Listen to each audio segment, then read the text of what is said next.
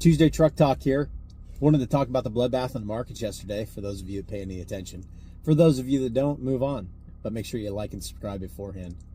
Anyway, I started my career actually in finance economics and stockbroker when I was early on. My very first thing I did, except for customer service and retail when I was in early college, my freshman year in college.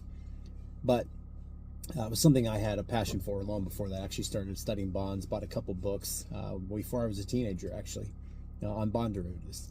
Anyway, the market yesterday took a bloodbath because of all the uncertainty. And it's like, well, what happened? Does anyone pay attention anymore? Most of you buy baskets of stocks, mutual funds, ETFs, things like that, which is really the safest way because stock pickers rarely ever beat the market overall. The market works like this. So it's like a basket of stocks. You can buy individual stocks, but let's just go for the numbers that you hear on TV and on social media.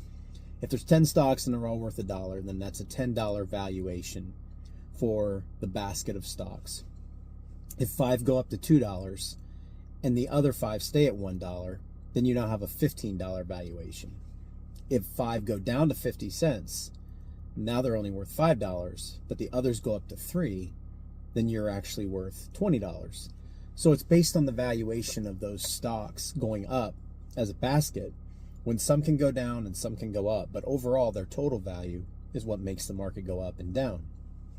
Well, yesterday AI took a real hit because AI has basically been carrying the market for probably more than a year. The spending bubble that's in AI, where they spend billions and billions of dollars to maintain their operations and to expand their operations.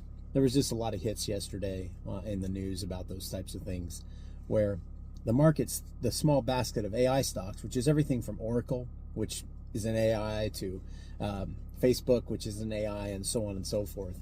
Any company that's involved in it, their stock was doing well. Where the underlying market is really still being hit by inflationary pressures. And so most of the stocks have been going down, but the exponential returns in the stocks that were going up has kept the overall market afloat.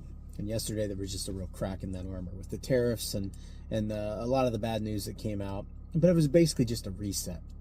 So things need to go down and need to go up, because when they go down, more people come in to buy, and when they go up, more people get ready to sell. It's called supply and demand. It's basically simple economics 101.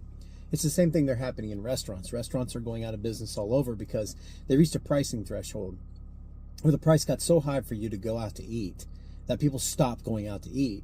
And when they stop going out to eat, then the businesses have to close. That's the same way with the stocks. When they're too expensive, then people have to take profits.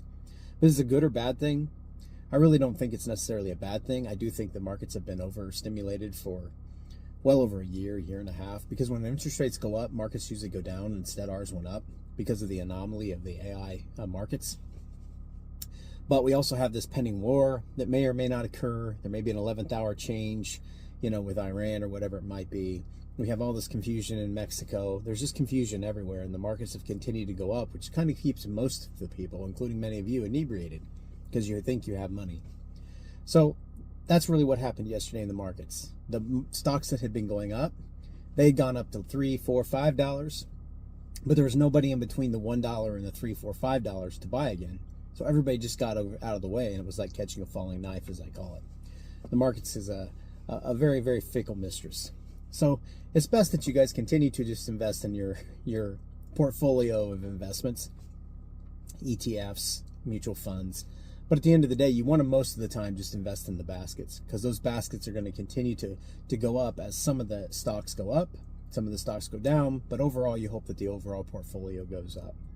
So that's what happened yesterday. Do I think we're going to go into a war?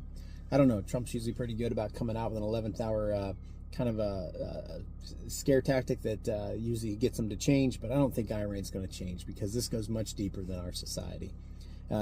Some sort of negotiation or threats. They basically don't care if they die. They just want us to die first, and that's exactly how it works. So I'm not really sure this is going to plan out like it did in Venezuela or some of the other places that he's kind of muscled around, but do I think it's necessary? Yeah, America needs to have muscle, because we've basically been just sitting around doing nothing since, I go back to 2001, 9/11.